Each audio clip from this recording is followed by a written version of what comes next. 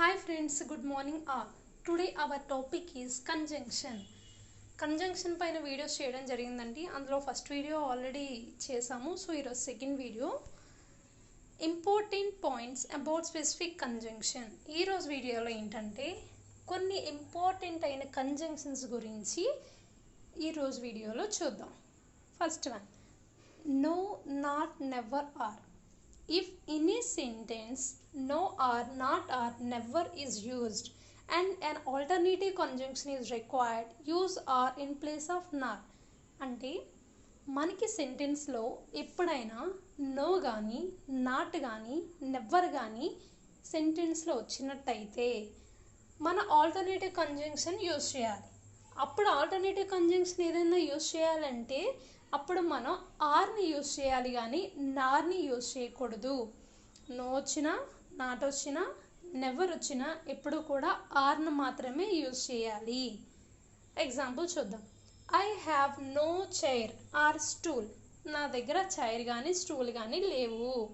అక్కడ నో వచ్చింది కాబట్టి మనం ఆర్ అని యూజ్ చేయాలి, నార్ అని యూజ్ చేయకూడదు. He did not say or write anything. అతడు ఏమీ చెప్పలేదు అలాగే రాయలేదు అని అర్థం అన్నమాట. Second, use of that. దట్ని మనం ఎక్కడెక్కడ యూజ్ చేస్తామన్నా చూద్దాం. That is used as a conjunction before reported speech in indirect speech. దట్ని మనం ఎక్కడ యూజ్ చేస్తామంటే మనం స్పీచెస్ చెప్పుకున్నప్పుడు డైరెక్ట్ ఇండైరెక్ట్ నరేషన్స్ ఉంటాయి. సో అలా ఇండైరెక్ట్ స్పీచ్ చెప్పుకున్నప్పుడు అందులో రిపోర్టింగ్ స్పీచ్ ఉంటుంది. దాని గురించి చెప్పేటప్పుడు ఇంకా మీకు బాగా అర్థమవుతుంది. సో ఆ రిపోర్టింగ్ స్పీచ్ ముందు మనం దట్ని యూజ్ చేస్తాం అన్నమాట. ఎగ్జాంపుల్ చూద్దాం. He said to me I shall help you. అతను నాతో చెప్తున్నాడు అతడు హెల్ప్ చేస్తానని. సో అది డైరెక్ట్ నరేషన్. ఇండైరెక్ట్లో ఏంటి? He told me that he would help me. అతను నాతో ఏమని చెప్పాడంటే అతనికి హెల్ప్ చేస్తానని అతను నాతో చెప్పాడు అని అర్థం అనమాట. సో ఇండైరెక్ట్ నరేషన్కి వచ్చేటప్పుడు మనం దట్ని యూజ్ చేస్తాం. Okay, next. However conjunction that is not used in the following cases. అంటే ముందు దాంట్లో మనం దట్ని ఎక్కడ యూజ్ చేస్తామో చూసాం. మరి దట్ని ఎక్కడ యూజ్ చేయకూడదు అన్నది కూడా చూద్దాం. ఇన్ డైరెక్ట్ నరేషన్ మనం ఇండైరెక్ట్లో యూజ్ చేసాం కానీ డైరెక్ట్లో చేయలేదు. సో డైరెక్ట్ నరేషన్లో ఎప్పుడు కూడా దట్ని యూజ్ చేయకూడదు. He said I am smart. ఇక్కడ మనం ఓన్లీ హీ సెడ్ అనే అనాలి, హీ సెడ్ దట్ అనకూడదు అనమాట. డైరెక్ట్ నరేషన్ ఎప్పుడు దట్ యూజ్ చేయకూడదు. Next, in indirect speech if the sentence is interrogative or imperative. మనం ఫస్ట్ కండిషన్ చెప్పుకున్నప్పుడు ఇండైరెక్ట్ స్పీచ్లో వాడతాము అని చెప్పాం. కానీ అదే ఇండైరెక్ట్ స్పీచ్లో సెంటెన్స్ అన్నది ఇంట్రాగేటివ్ కానీ లేదంటే ఇంపారిటివ్ అంటే ఏదైనా కమాండింగ్ చేస్తాం కదా, మనం ఆర్డర్స్ చేసేటప్పుడు కమాండింగ్ చేసే వాటిని ఇంపారిటివ్ అంటాం. సో అలా ఇంపారిటివ్ కానీ ఇంట్రాగేటివ్ కానీ ఉండేటప్పుడు మనం ఎప్పుడు కూడా దట్ని యూజ్ చేయకూడదు. He said to me where do you live. అంటే అతను నన్ను అడుగుతున్నాడు నీవు ఎక్కడ ఉంటున్నావు అని. He asked me where I live. అక్కడ ఇండైరెక్ట్లో హీ ఆస్క్డ్ మీ అనాలి కానీ హీ ఆస్క్డ్ మీ దట్ అని ఎప్పుడు యూజ్ చేయకూడదు అనమాట. ఎందుకంటే అతడు మనల్ని క్వశ్చన్ అడుగుతున్నాడు. సో ఇంట్రాగేటివ్ సెంటెన్స్ కాబట్టి మనం ఎప్పుడు దట్ని యూజ్ చేయకూడదు ఇండైరెక్ట్ స్పీచ్లో. Okay, whenever the phrase the reason or the reason why is used in a sentence, it is followed by that, not by due to, because of, an account of, as a correlative conjunction. ఎప్పుడైనా the reason కానీ the reason why ఆ phrases వచ్చేటప్పుడు మనం ఎప్పుడూ కూడా దట్ని use చేయాలన్నమాట. అంతేగాని డ్యూ టు కానీ బికాజ్ ఆఫ్ కానీ ఆన్ అకౌంట్ ఆఫ్ కానీ అలాంటి పదాలు ఎప్పుడు యూజ్ చేయకూడదు అనమాట. ఓన్లీ దట్ను మాత్రమే యూజ్ చేయాలి. ద రీజన్ కానీ ద రీజన్ వై కానీ వచ్చేటప్పుడు దట్ని యూజ్ చేయాలి as a correlative conjunction. Correlative conjunction చెప్పుకున్నాం కదా ఆల్రెడీ, మనం కంబైన్డ్గా జతగా యూజ్ చేస్తాం అనమాట. This is reason that he is not appearing at the examination. ఈ రీజన్ వల్ల అతడు ఎగ్జామ్కి అటెండ్ అవ్వలేకపోయాడు. So this is the reason that అని మనం వాడాలన్నమాట అక్కడ. అంతేగాని డ్యూ టు కానీ బికాజ్ ఆఫ్ కానీ ఎప్పుడు యూజ్ చేయకూడదు. Next, the reason why I don't love her is that she has betrayed my friend. అంటే నా ఫ్రెండ్ మోసం చేయడం వల్ల నేను ఆమెను ఇష్టపడను అని చెప్పి అతను అంటున్నాడు అన్నమాట. ద రీజన్ వై, తర్వాత I don't love her is that. అక్కడ మనం ద రీజన్ వై వచ్చింది కాబట్టి అక్కడ దట్ అని వాడాలి కానీ బికాజ్ కానీ అలాంటి పదాలు ఎప్పుడు యూజ్ చేయకూడదు అనమాట. నెక్స్ట్ వెదర్ ఆర్ ఇఫ్, రెండు ఒకటే మీనింగ్, అయితే అనే, కానీ వెదర్ అయినా యూజ్ చేయొచ్చు, ఇఫ్ అయినా ఒకటే మీనింగ్ వస్తుంది అనమాట. We can use if or whether to report indirect yes or no questions and questions with or. అంటే మనం వెదర్ కానీ ఇఫ్ అని కానీ ఎప్పుడు యూజ్ చేస్తామంటే ఇండైరెక్ట్ స్పీచ్లో ఎస్ఆర్ నో క్వశ్చన్స్ వచ్చేటప్పుడు మనం వెదర్ కానీ ఇఫ్ కానీ యూజ్ చేస్తాం. అలాగే క్వశ్చన్స్ ఆర్తో ఉన్నా కూడా మనం వెదర్ కానీ ఇఫ్ కానీ యూజ్ చేస్తాము. If is more common than whether, whether కంటే మనం ఇఫ్ని ఎక్కువగా యూజ్ చేస్తూ ఉంటాం అనమాట. I don't know whether she will go there or not, నాకు తెలీదు ఆమె అక్కడికి వెళ్తుందో వెళ్ళదో నాకు తెలీదు అని అర్థం అనమాట. దాన్ని మనం ఎస్ఆర్ నో క్వశ్చన్ అంటాం. సో ఇలాంటి దగ్గర మనం వెదర్ కానీ ఇఫ్ కానీ యూజ్ చేస్తాం. We prefer whether to or when there is more than one alternative in the indirect question. Indirect క్వశ్చన్స్లో మనం వెదర్ని దాంతోపాటు ఆర్ను కూడా యూజ్ చేస్తాం అనమాట. ఎప్పుడు అంటే ఒకటి కంటే ఎక్కువ ఆల్టర్నేటివ్స్ వచ్చేటప్పుడు, మనం ఎక్కువ విషయాల గురించి చెప్పేటప్పుడు మనం వెదర్ దాంతోపాటు ఆర్ను కూడా యూజ్ చేస్తాం అనమాట. After the election we asked whether the party should change their leaders, their policies or both. అంటే ఎలక్షన్ తర్వాత మీరు అంటే పార్టీస్ని లీడర్స్ని చేంజ్ చేస్తారా లేదంటే ఇద్దరిని చేంజ్ చేస్తారా అని అడుగుతున్నారనమాట. సో అక్కడ వెదర్తో పాటు మన ఆర్ని యూజ్ చేసాం. ఒకటి కంటే ఎక్కువ ఆల్టర్నేటివ్స్ మనం ఒక సెంటెన్స్లో యూజ్ చేస్తే వెదర్తో పాటు మనం ఆర్ని యూజ్ చేయాలన్నమాట. Next to express an alternative we can use or not with if and whether. అలాగే మనం ఇంకా ఆల్టర్నేటివ్స్ని మనం ఎక్స్ప్రెస్ చేసేటప్పుడు ఆర్ నాట్ని ఇఫ్ అండ్ వెదర్తో యూజ్ చేస్తాం. With weather we can use are not immediately after weather or in end position.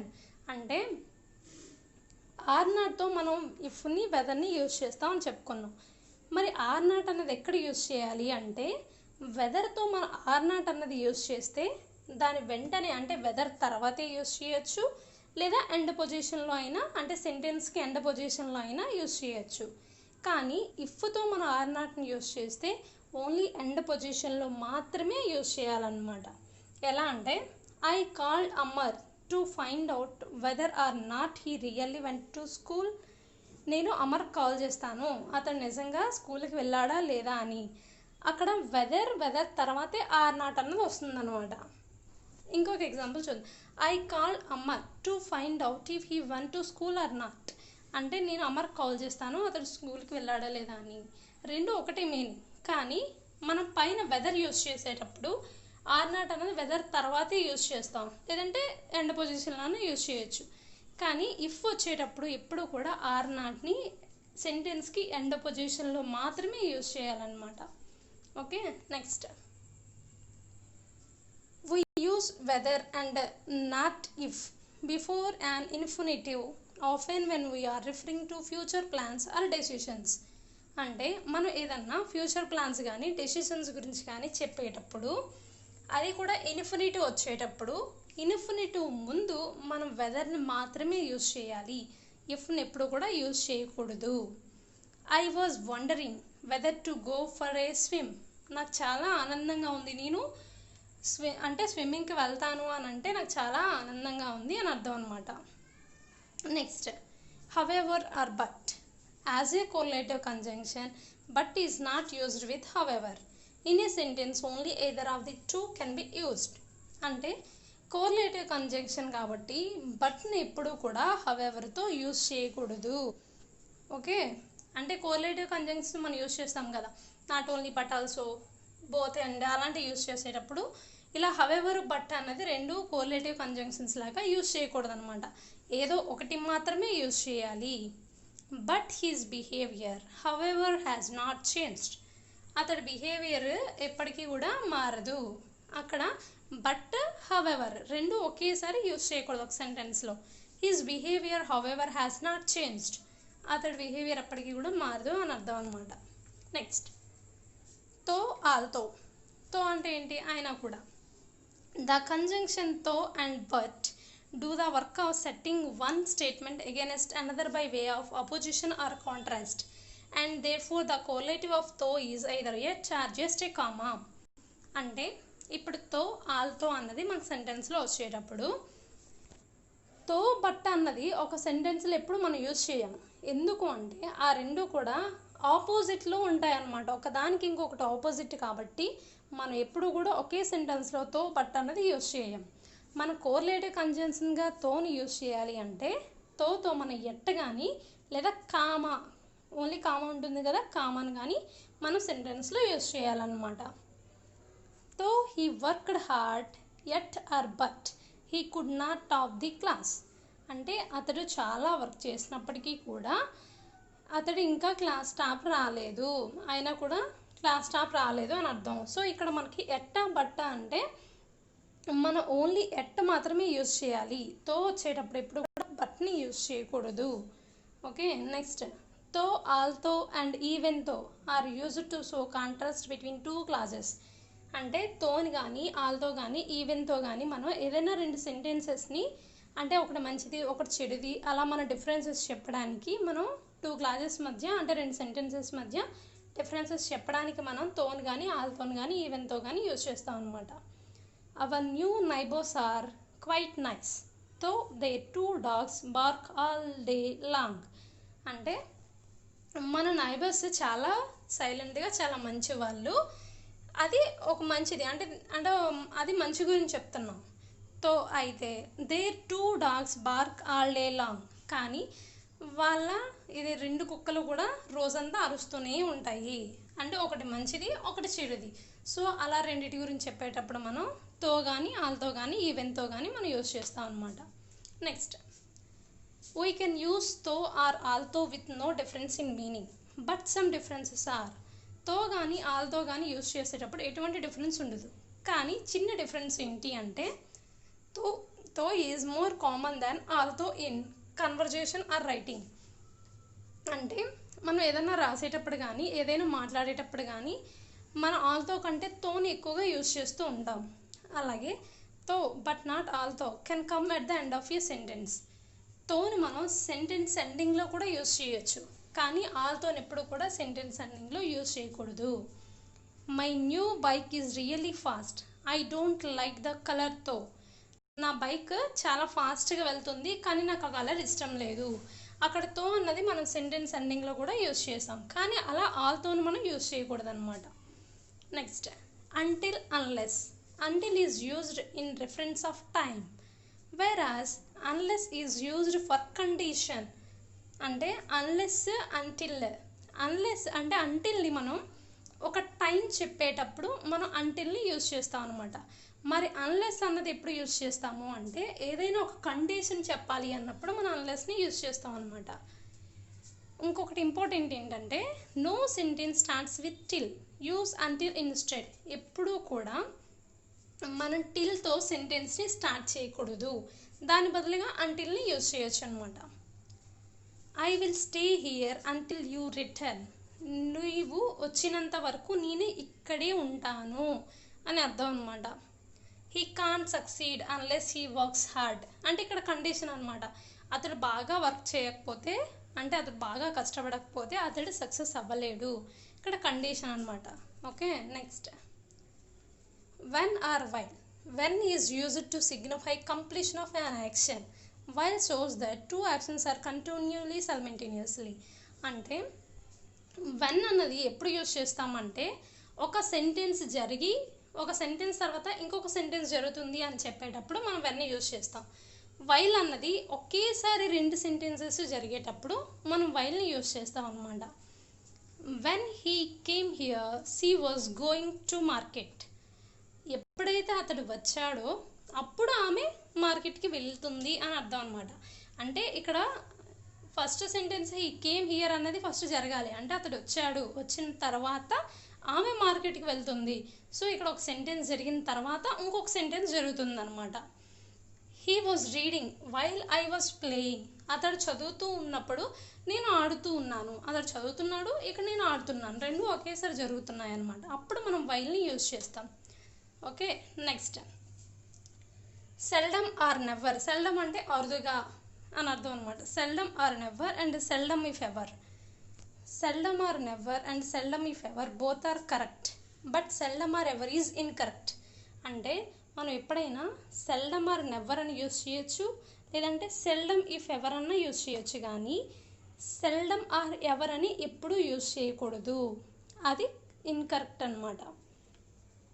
He seldom or never goes to see movies in theatre. అంటే అతడు ఎప్పుడు కూడా మూవీస్ చూడడానికి వెళ్ళలేదు, అంటే చాలా తక్కువగా వెళ్తూ ఉంటాడు. He seldom if ever eats out side food. ఎప్పుడు కూడా అతడు అవుట్ సైడ్ ఫుడ్ తినలేదు, ఎప్పుడో తప్పనిసరి పరిస్థితుల్లో తినవలసి వస్తే ఎప్పుడో తింటాడు అని అర్థం అనమాట. Next as if as though. As if and as though means suppose. As if అన్న యాజ్తో అన్న సపోజ్ అని అర్థం అనమాట. The use of present tense after them should be avoided and past conditional is to be used. అంటే మనం as if as though use చేసేటప్పుడు present tense అన్నది ఎప్పుడు యూజ్ చేయకూడదు. పాస్ట్ కండిషనల్ అంటే ఏంటి, సబ్జంక్టివ్ మూడ్ అన్నది మాత్రమే యూజ్ చేయాలి.